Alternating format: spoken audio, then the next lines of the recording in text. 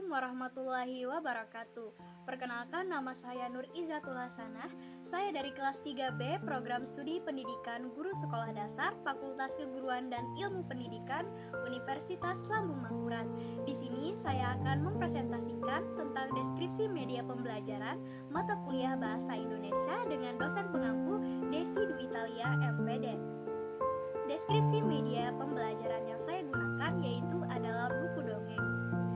Media yang saya gunakan adalah buku, di mana buku ini memuat dongeng tentang hewan yang menceritakan seekor burung pipit yang cerdik dengan kucing yang licik.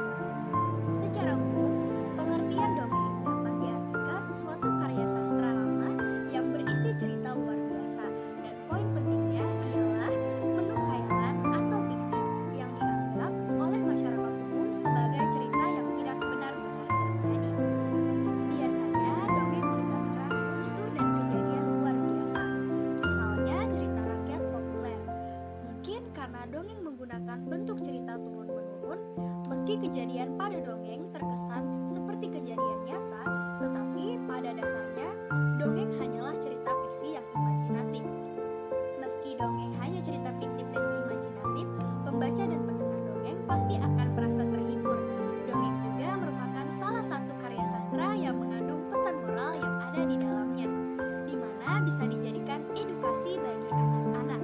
Hal itu menandakan bahwa isi dongeng masih relevan dengan situasi yang sekarang. Membaca dongeng terhadap siswa bertujuan dan bermanfaat untuk membangun kontak batin, media penyampaian pesan, mengasah imajinasi, membantu proses identifikasi diri atau penglihatan, menambah ilmu pengetahuan, menambah kosakata baru, menggiring anak mencintai buku sejak dini, dan mendidik karakter. Dalam dongeng ada beberapa jenis, yakni ada 6. Yang pertama cerita fabel atau binatang, yang kedua cerita jenaka atau lucu, yang ketiga cerita legenda, yang keempat cerita mitos, yang kelima cerita sage, yang keenam cerita parabel.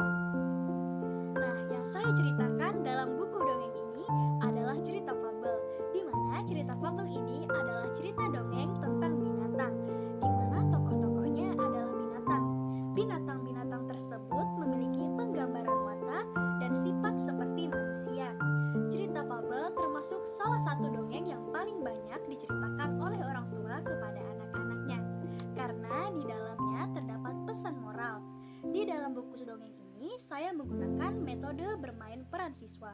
Dengan menggunakan metode ini, dapat melakukan praktik berbicara dengan lawan bicaranya melalui percakapan antar tokoh.